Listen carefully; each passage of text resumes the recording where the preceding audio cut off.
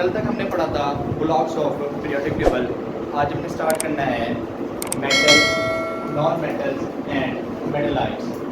तो सबसे पहले हम देखते हैं जी पीरियोडिक टेबल में मेटल्स कहाँ पर पाए जाते हैं और मेटल्स को मेटल्स भी कहते हैं और नॉन मेटल्स कहाँ पे पाए जाते हैं, नॉन मेटल्स को नॉन मेटल्स किस वजह से कहते हैं और साथ ही साथ बेटे मेटलाइट्स हैं।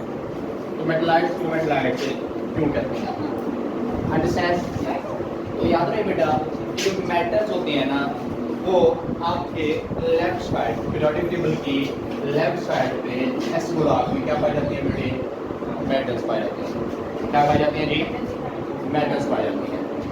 और जो नॉन मेटल्स हैं क्या बेटे, नॉन मेटल्स हैं, ये कहाँ पाए जाती हैं, राइट साइड पे यानी कि सी ब्लॉक के साइड पे। राइट कॉर्नर पे क्या पाए जाती हैं जी, नॉन मेटल्स, और मेटल्स कहाँ पे होते हैं, एस ब्लॉक वाली साइड पे लेफ्ट कॉर्नर पे, अंडरस्टैंड। अच्छा जी, उसके अलावा मेटलाइट्स हैं। अब मेटलाइट्स मेटल का पता है क्या होते हैं, ऐसे एलिमेंट जिनके पास बेटे कैपेबिलिटी होती है कि अपने अंदर से इलेक्ट्रॉन को क्या कर सकते हैं जी, लूज कर सकते हैं। वो क्या कहलाते हैं जी, मेटल्स कहलाते हैं। अगर इसकी मैं कॉमन एग्जांपल दूं, क्या है आपके पास सोडियम है, सोडियम के पास एटॉमिक नंबर कितना है, 11। इसके पास कैपेबिलिटी है कि अपने अंदर से इलेक्ट्रॉन को क्या कर सकता है, ये रिमूव कर सकता है। जैसे ही अपने अंदर से इलेक्ट्रॉन को रिमूव करता है क्या होता है जी, पॉजिटिव आयन बनाता है, यानी कि इसके टाइप बन जाता है सोडियम आयन। अंडरस्टैंड जी बेटे, वो एक अलग बात है, वो ऑक्सीडाइजिंग एजेंट और रेडिएटिंग एजेंट एक अलग अलग बात है, वो आपके टॉपिक्स आने हैं। आपको फिलहाल आप ये देखेंगे कि मेटल्स क्या होती हैं, जैसे समझ आ गई कि मेटल्स क्या होती हैं कि जिसमें वो इनमें ऐसे एलिमेंट है या ऐसे एटम जो अपने अंदर से क्या करते हैं जी, इलेक्ट्रॉन्स को लूज करते हैं, वो क्या कहलाते हैं जी, मेटल्स कहलाते हैं। अंडरस्टैंड।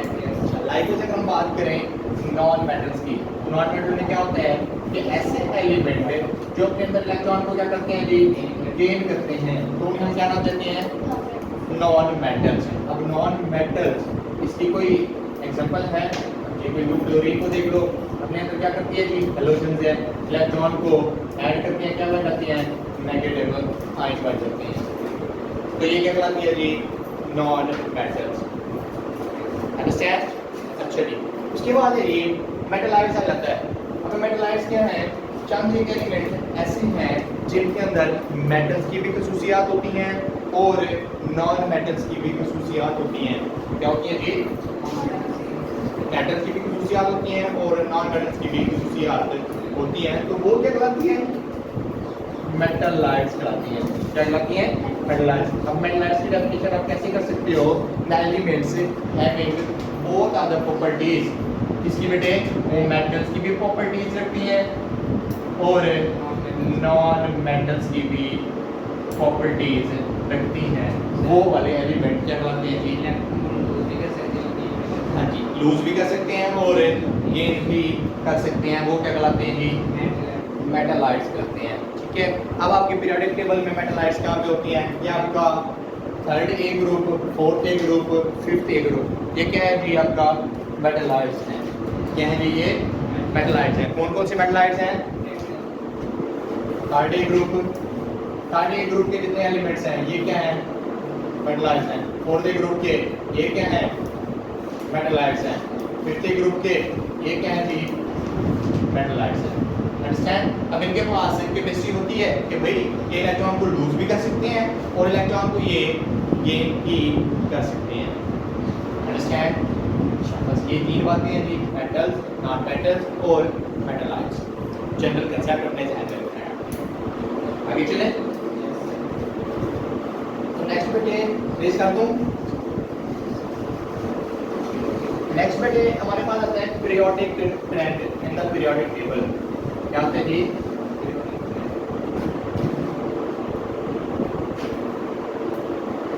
Periodic trend. अच्छा, अब पीरियोडिक ट्रेंड की बात करते हैं तो सबसे पहली चीज हमारे ध्यान में आती है वो कौन सा है जी, एटॉमिक रेडियस। क्या है, एटॉमिक रेडियस। अब बात करें जी एटॉमिक रेडियस क्या होता है। आपने एटम को पढ़ा है? एटम क्या होता है?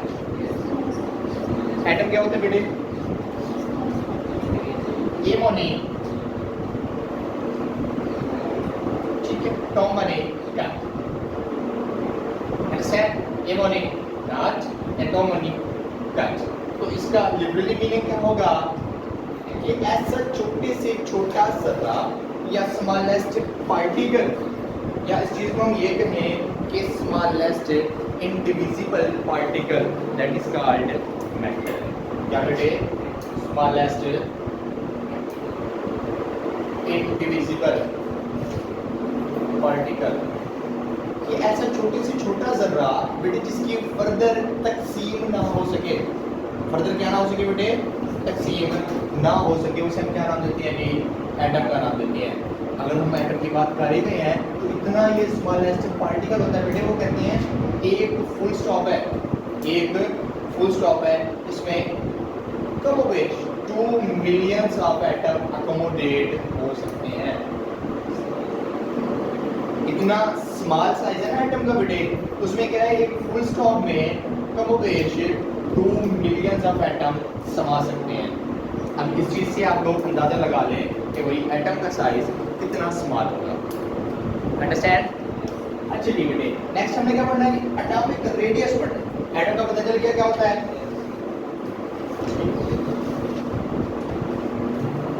अब एटम का साइज बेटे है तो इतना स्मॉल कि भाई हम इसको कोई ऑर्डिनरी माइक्रोस्कोप से देख सकते हैं।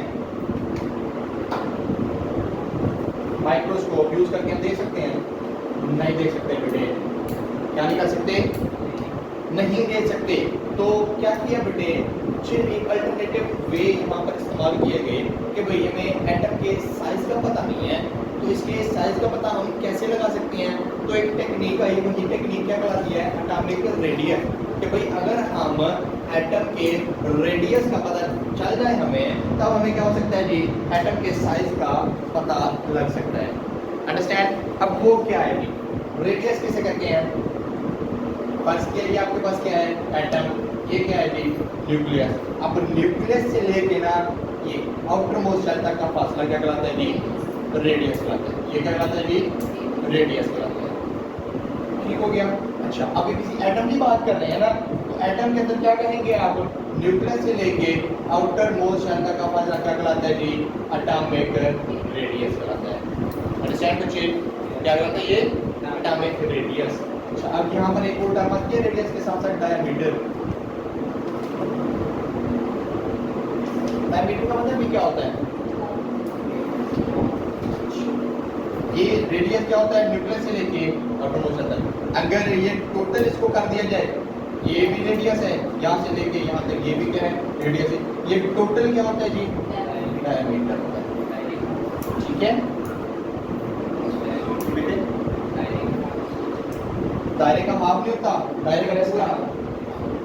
हाँ, रेडियस जो होता है ना वो होता है बेटे दायरे का हाफ। न्यूक्लियस से लेके आउटर मोस्ट शेल तक का जो डिस्टेंस होता है उसे हम रेडियस कहते हैं। टोटल डिस्टेंस को हम क्या कहते हैं जी? डायमीटर कहते हैं। अंडरस्टैंड? अच्छा, उसके बाद आ जाते हैं बेटे हमारे पास एटॉमिक रेडियस के ट्रेंड्स आ जाते हैं। अब ट्रेंड पे हमने 2 चीज़ें देखनी है। क्या देखनी है जी? 2 चीज़ें देखनी है। एक भाई पीरियड में ये एटॉमिक रेडियस कैसे वेरी करता है, और दूसरा ग्रुप्स के अंदर ये एटॉमिक रेडियस कैसे वेरी करता है। जब हम बात करते हैं बेटे पीरियड की, तो याद रखिएगा लेफ्ट टू राइट। क्या एटॉमिक रेडियस बढ़ेगा कि कम होगा? क्या होगा जी? कम होगा। एटॉमिक रेडियस क्या होगा? लेफ्ट टू राइट कम होगा। इसके कम होने की बेटे रीजन हम कह सकते हैं कि left to right atomic radius decrease होता है, लेकिन जब हम ग्रुप की बात करते हैं तब क्या कहते हैं कि top to bottom atomic radius increases. ये टॉप टू बॉटम इंक्रीज होता है, जहाँ पर क्या होता है बेटे? डिक्रीज होता है। अब इसकी रीजन हमने डिटेल पढ़नी है जी। इसकी रीजन क्या है? जब हम बात करते हैं बेटे रीजन की, कोई भी पीरियड ले लो बेटे, lithium, beryllium, boron, carbon, nitrogen, oxygen, fluorine, understand. अच्छा अब ये क्या हमारे पास है 3 4 5 6 7 8 9। अंडरस्टैंड। पहले शेल में कितने हैं बेटे 2, दूसरे शेल में 1, पहले शेल में 2, दूसरे शेल में 2। भगवान की बात करें पहले शेल में 2, दूसरे शेल में ठीक हो गया। लाइकवाइज कार्बन पहले शेल में 2, दूसरे शेल में नाइट्रोजन पहले शेल में, दूसरे शेल में 5। ऑक्सीजन पहले शेल में, दूसरे शेल में क्लोरीन पहले शेल में, दूसरे शेल में 7। अंडरस्टैंड। जैसे बेटे हम लेफ्ट टू राइट मूव कर रहे हैं तो आप ये देखें क्या नंबर ऑफ शेल यहाँ पर बढ़ रहे हैं, नंबर ऑफ शेल बढ़ रहे हैं नहीं बढ़ रहे। क्यों नहीं बढ़ रहे? क्योंकि बेटे यहाँ पर भी नंबर ऑफ शेल कितने हैं 2, यहाँ पर भी 2, इसकी बात करें 2, लास्ट वन ये भी 2। अंडरस्टैंड। लेकिन नंबर ऑफ इलेक्ट्रॉन्स बढ़ रहे हैं, नंबर ऑफ इलेक्ट्रॉन्स बढ़ रहे हैं। पहले ये देखो 3 थे, फिर 4 5 6 7 8 9 और तक पहुंच गए। जैसे जैसे बेटे याद रखिएगा नंबर ऑफ इलेक्ट्रॉन्स बढ़ते हैं वैसे वैसे न्यूक्लियस और आउटरमोस्ट शेल की क्या अट्रैक्शन बढ़ जाती है। जब न्यूक्लियस और आउटरमोस्ट शेल की अट्रैक्शन बढ़ती है तो एटम का साइज क्या करता है बेटे कोलैप्स हो जाता है। एटम का साइज कोलैप्स हो जाता है। जब साइज कोलैप्स हो गया यानी कि छोटा हो जाता है तो जाहिर है उसका रेडियस भी कम हो जाएगा ना। तो यही वजह है हम कहते हैं पीरियड में लेफ्ट टू राइट अगर हम मूव करें तो एटॉमिक रेडियस क्या होता है ये डिक्रीज होता है। लेकिन जब हम बात करते हैं बेटे ग्रुप्स की तो टॉप टू बॉटम क्या होता है इंक्रीज होता है। अब इसकी रीजन क्या है?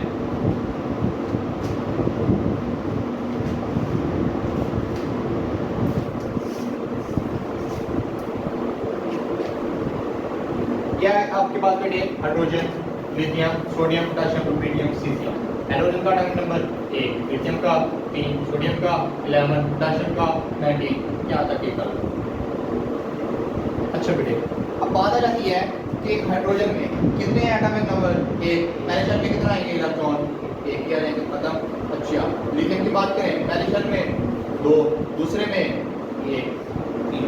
जब हम बात करते हैं बेटे सोडियम की पहले शेल में 2, दूसरे में शाबाश, दूसरे में 8, तीसरे में 1। जब हम बात करते हैं बेटे पोटेशियम की पहले शेल में 2, दूसरे में 8, कितने बेटे 8, तीसरे में कितने बच गए 2 और 8 10, बाकी 9 कितने आ जाएंगे बेटे ये बाकी 9 आगे बेटे तीसरे में। अंडरस्टैंड? नहीं बेटे ये आपको पता नहीं है शेल में कितने आते हैं। पहले में 2, दूसरे में 8, तीसरे में, चौथे में हाँ डी में 14। तो वही बात हम कर रहे हैं ना। मुझे कितने 9 आ रहे हैं यहाँ पर, 9 बच रहे हैं, 9 के 9 नेक्स्ट शेल में आ जाएंगे। ठीक है। अच्छा उसके बाद हम बात करते हैं जी इसकी साइज की बात कर लें। जैसे जैसे हमने कहा कि टॉप टू बॉटम हम मूव कर रहे हैं वैसे वैसे नंबर ऑफ शेल इंक्रीज हो रहे हैं। नंबर ऑफ शेल क्या हो रहे हैं बेटे? क्यों हो रहे हैं नंबर ऑफ शेल इंक्रीज? क्योंकि एटॉमिक नंबर बढ़ रहा है। पहले एटॉमिक नंबर 1 था, फिर 3, फिर 11, फिर 19। जैसे जैसे एटॉमिक नंबर बढ़ा वैसे वैसे नंबर ऑफ इलेक्ट्रॉन्स बढ़े। जैसे जैसे नंबर ऑफ इलेक्ट्रॉन्स बढ़े बेटे वैसे ही वैसे क्या बढ़ा नंबर ऑफ शेल बढ़े। जैसे जैसे नंबर ऑफ शेल बढ़ते रहे न्यूक्लियस और आउटरमोस्ट शेल का फासला बेटे क्या होता रहा बढ़ता रहा। जब न्यूक्लियस और आउटरमोस्ट शेल का फासला बढ़ता है तो हम कह सकते हैं कि एटॉमिक रेडियस भी क्या होता है जी इंक्रीज होता है। समझ लग गई? अब हमने क्यों कि भाई इस पीरियड में left to right atomic radius होता है डिक्रीज क्यों होता है ये समझ लग गई। और ग्रुप के अंदर इंक्रीज होता है इसकी भी रीजन समझ आ गई। क्यों होता है? क्योंकि उसमें नंबर ऑफ शेल इंट्रोड्यूस होते हैं बढ़ते हैं, इस वजह से साइज बड़ा हो जाता है। इस वजह से क्या होता है जी टॉप टू बॉटम उसका साइज रेडियस इंक्रीज होता है एटॉमिक रेडियस। लेकिन जब हम बात करते हैं बेटे पीरियड की उसमें क्या होता है एटॉमिक नंबर तो बढ़ता है, एटॉमिक नंबर तो बढ़ता है, नंबर ऑफ इलेक्ट्रॉन्स भी बढ़ते हैं लेकिन बेटे नंबर ऑफ शेल नहीं बढ़ते। नंबर ऑफ शेल ना बढ़ने की वजह से क्या होता है बेटे, जो इलेक्ट्रॉन्स होते हैं और न्यूक्लियस होते हैं उनके दरमियान अट्रैक्शन, फोर्स ऑफ अट्रैक्शन क्या हो जाती है बेटे, ज़्यादा हो जाती है। जब फोर्स ऑफ अट्रैक्शन ज़्यादा हो जाती है तो न्यूक्लियस और वो शेल का फासला कम हो जाता है और बेटे वो एटम कोलैप्स कर जाता है, यानी कि सिकुड़ जाता है। जब एटम सिकुड़ जाता है उसका साइज कम हो जाता है। जब साइज कम हो जाता है तो हम कह सकते हैं कि एटॉमिक रेडियस भी क्या हो जाता है, कम हो जाता है। अंडरस्टैंड, क्लियर है? अच्छा जी, उसके बाद बेटे बात करते हैं आयनिक रेडियस की। आयनिक रेडियस पढ़ा दो बेटे, पढ़ा दूं या कल पढ़े? कल पढ़े? पढ़ा दो।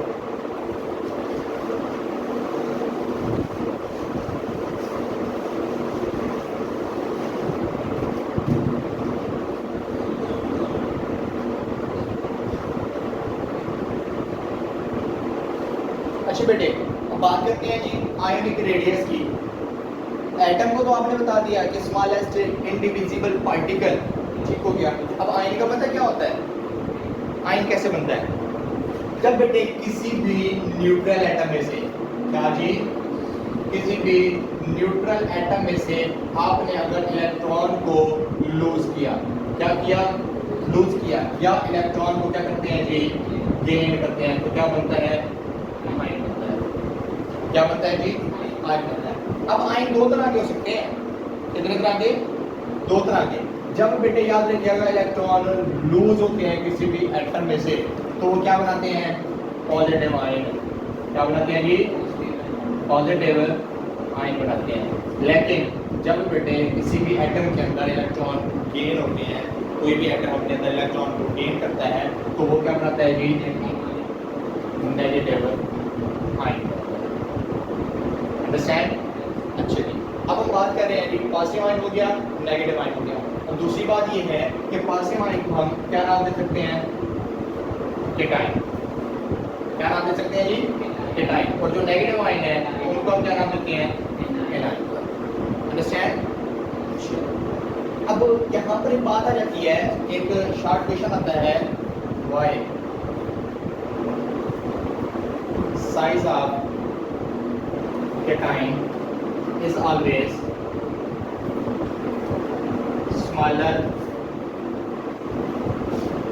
than neutral atom। और दूसरा सवाल आता है बेटे, why size of anion is greater than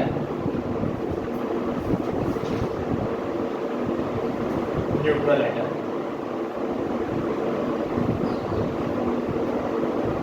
समझ आ गई बेटे? जब हम बात करते हैं पहले तो ये समझ लेंगे केटाइन और एनाइन के एग्जांपल्स। केटाइन के अगर हम एग्जांपल की बात करें तो क्या होता है, सोडियम है आपके पास, न्यूट्रल एटम है, ठीक है। इसके पास एबिलिटी है कि अपने अंदर से इलेक्ट्रॉन को क्या करता है, लूज करता है और पॉजिटिव आयन बनाता है। तो पॉजिटिव आयन बनाने वालों को क्या करते हैं, केटाइन करते हैं। दूसरी बात बेटे एनाइन भी करते हैं। एनाइन क्लोरीन है आपके पास, न्यूट्रल एटम है, अपने अंदर इलेक्ट्रॉन को क्या करता है जी, गेन करता है। क्या बनाता है, क्लोराइड आयन बनाता है, जिसे हम कहते हैं एनाइन। अब वो बात कर रहा है, वो कहते हैं कि ये जो साइज ऑफ केटाइन होता है, केटाइन का साइज न्यूट्रल एटम से हमेशा कम होता है।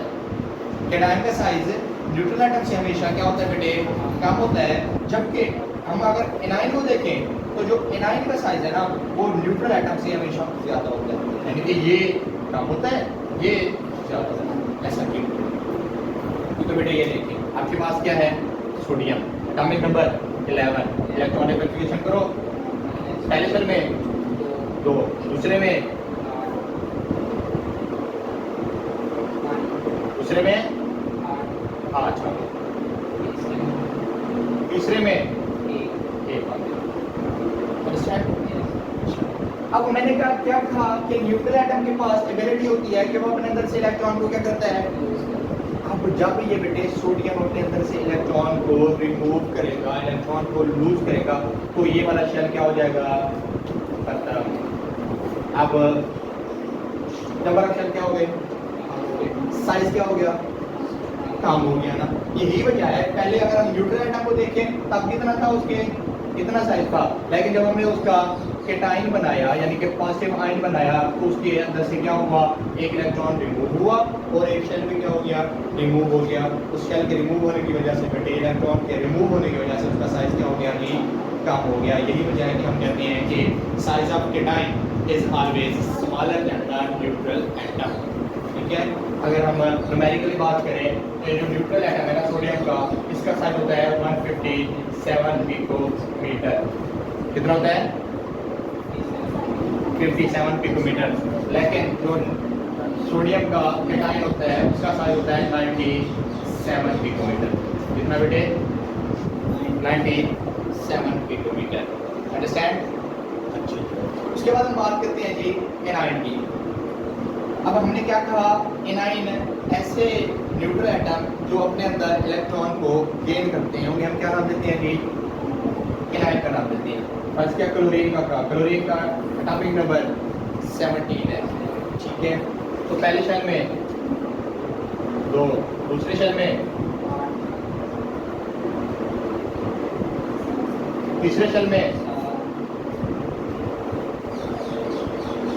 7।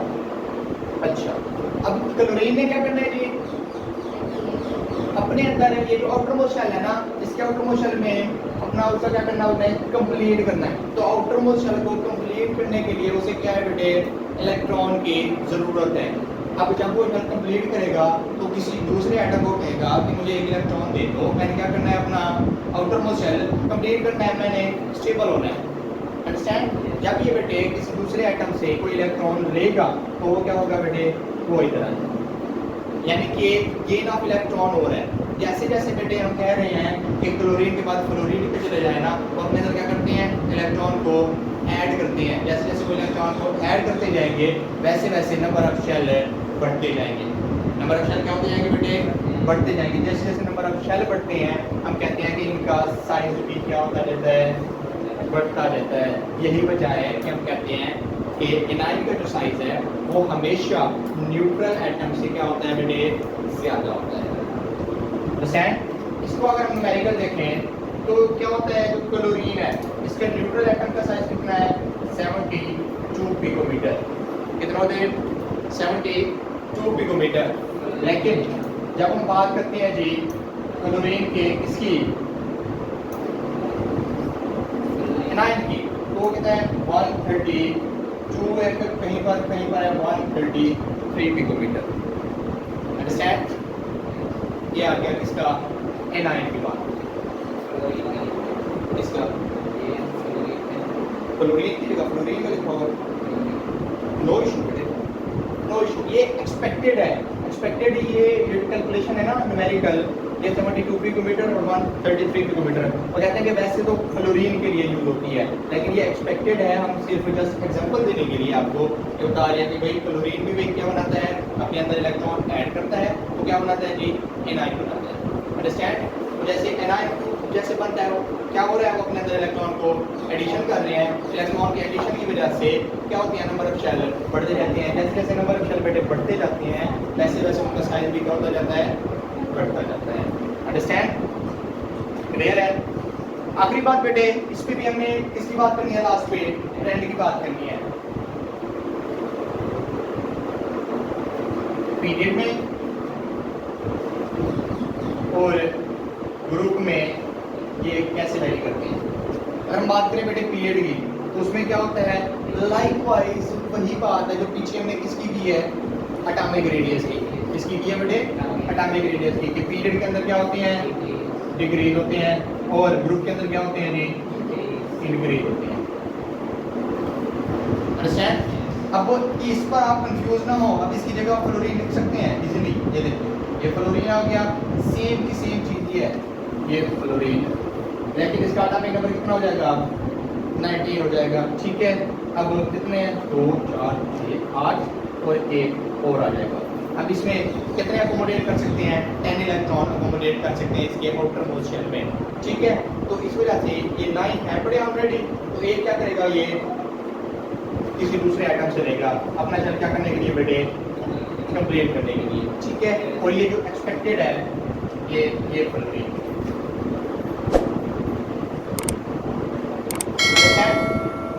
ये इसका क्या है, न्यूट्रल एटम का साइज है 72 पिकोमीटर और ये फ्लोरीन के क्लियर है।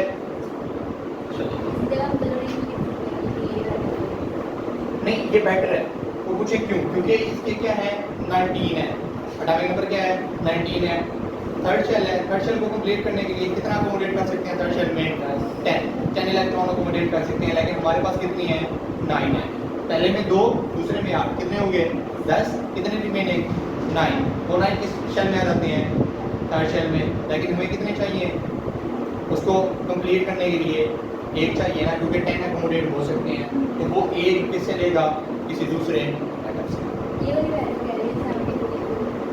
हाँ ये वाली साइज ये इसके न्यूट्रल एटम का है, इसका ये फ्लोरीन का, हाँ ये फ्लोरीन का ही है 72 पिकोमीटर और ये क्या है 133 पिकोमीटर ये फ्लोरीन, ये जिसे हम कहते हैं एनआई। क्लियर है। नेक्स्ट इंशाल्लाह फिर